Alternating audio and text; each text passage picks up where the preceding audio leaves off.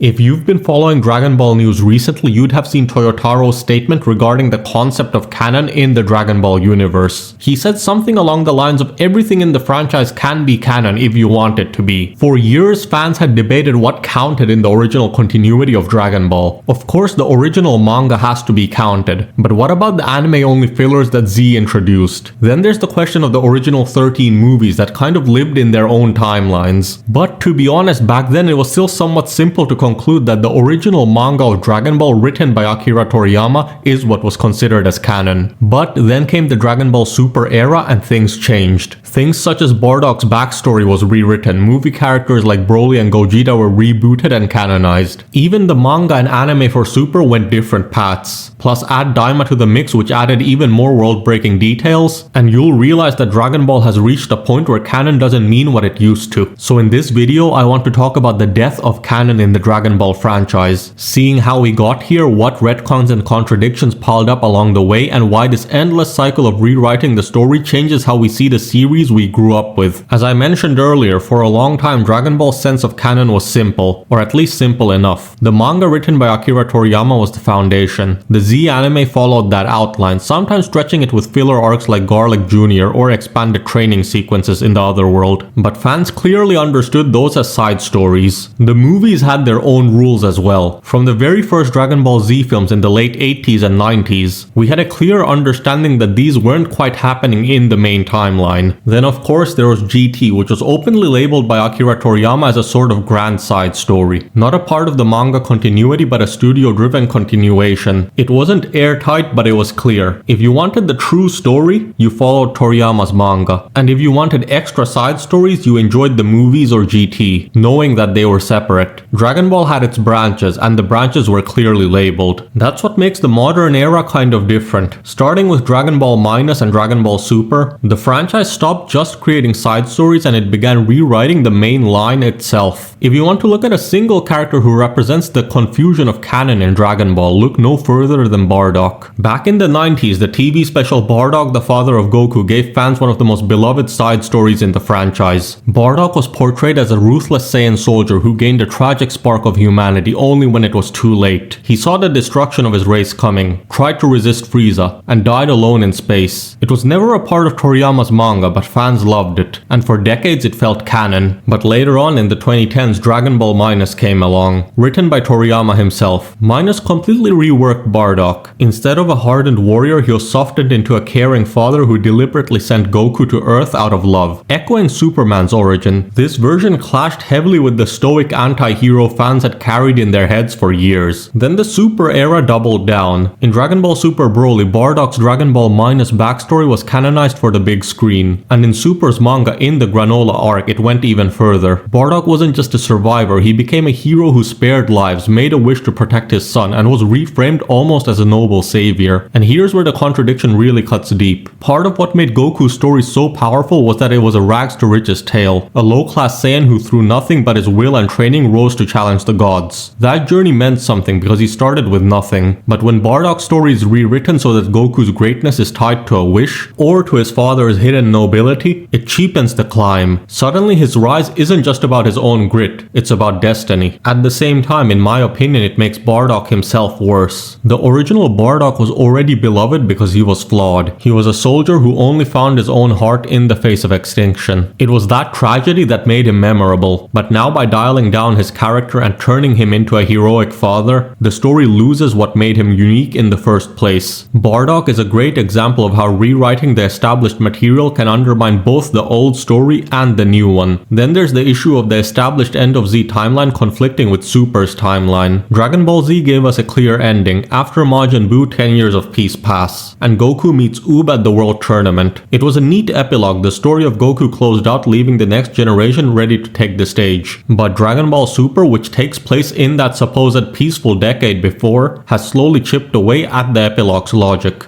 The cracks start with something small. At the end of DBZ age 784 in the story, we see an older Goku meet Oob at the 28th World Tournament. During that epilogue, Bulma comments that Goku hasn't visited them in 5 years, implying a long stretch of relative peace and distance. However, Dragon Ball Super's events make this impossible. Goku frequently interacts with Bulma during this time, so the claim that he was absent for 5 years no longer fits, because the Tournament of Power arc in Super takes place less than 5 years before that ending. And of course, Goku clearly saw Bulma during that time, which is where the contradiction is born. Now that dialogue has effectively become a plot hole, or we have to assume she misremembered in-universe, which is a stretch to say the least. Then there's the knowledge of Oob. In the Dragon Ball Z epilogue, the others only seem to learn of Oob when Goku points him out at the tournament. However, in Super, the likes of Dende and Vegeta already know about him years earlier. This occurs around when they're picking the fighters for the Tournament of Power. And of course, this creates another contradiction. Super retroactively gives characters knowledge that they didn't have at the end of Z, again undermining the original scene. Even smaller details get reshaped. In Z, the Potara fusion was permanent, which gave Vegito this aura of being a one-time only trump card. Super retconned this into having a time limit, reducing the weight of that idea. Additionally, Toriyama introduced the concept of S-cells in an interview as well. This was to explain the Super Saiyan transformation, which retroactively attributes it to a sort of genetic component, an idea that didn't exist in the 90s. It doesn't directly break the continuity, but it reframes the transformation, cheapening what was once purely about raw willpower and rage. And now, instead of a desperate push beyond your limits, it becomes something closer to biology. Of course, on their own, none of these changes would destroy the end of Z, but put together they make the epilogue feel less like a definitive endpoint and more like a version of events that no longer matches the ongoing story. The finish line now feels like a branch of continuity that's constantly being reshaped. And just when fans thought the canon couldn't get more tangled, Toei announces Dragon Ball Daima, an anime original project with Toriyama providing the outline, which is set after the Majin Buu saga. On paper it sounded harmless, but in practice it exploded the continuity. First there's the Super Saiyan 4 issue. Daima showed Goku going Super Saiyan 4 post Majin Buu, something he supposedly learned through training. But naturally, if he had that kind of form at the time, why would he never use it in Super? It directly contradicts the continuity once again. And also, unlike in Daima, I feel like in GT, Super Saiyan 4 is a milestone achieved only much later through the Baby Saga with quite a solid backstory. Dropping it casually in Daima undercut its established narrative weight. It made transformations feel like tools that appear or vanish depending on convenience. Added to that, there's the Demon Realm lore, where we see Majin Buu's origin rewritten once again. The manga once said Bibidi created Buu. Later, Toriyama clarified in interviews that Buu was ancient, and Bibidi merely unleashed him. Now in Daima, we see that Bibidi had a witch named Marba create Buu for him. That's 3 different official versions of the same origin story, all contradicting each other. Putting these together, Daima gives us more proof that every new project risks rewriting what came before it. If Goku has Super Saiyan 4 early, or if Buu's origin changes yet again, then canon itself stops having meaning. It's not about what's already happened, it becomes about what the newest story says happened. The problem with all this isn't just that Dragon Ball has contradictions, it's that those contradictions keep piling up in the main continuity itself. In the Z days, we could point at the movies or GT and say that's just a side story. It didn't affect the manga, so the stakes of the main line stayed intact. But now, every new arc rewrites something. Bardock's past changes. The end of Z no longer makes sense. Buu's origin has 3 different versions. Even the manga and anime of Super tell the same events in different ways. Instead of adding to the story, these retcons chip away at what came before. The cost is that moments that used to feel definitive no longer hold weight. Goku's journey feels weaker if his power traces back to Bardock's wish. The end of Z feels hollow when Super makes it clear that there was no 10 years of peace. Transformations like Super Saiyan 4 lose their aura when Daima just casually drops them in. And even explanations like S-cells retroactively make something that felt raw and emotional into something clinical. The thing is, when everything can be canon, the meaning of canon itself dies. Because if the story can always be changed tomorrow, then nothing that happens today truly matters. What we're left with isn't just one story we can follow. It's an endless cycle of remixes where each new entry overwrites the last one. But for all the frustrations around retcons and contradictions, it's also worth asking, why do so many fans still cheer when they happen? If we're being honest, lore expansions like the Demon Realm also help to keep the universe alive, giving creators new angles to play with. As long as they don't mess up the main continuity too much, I feel it's okay. Because for many fans, that's the magic of Dragon Ball. It doesn't stay locked in place. It's constantly reinventing itself,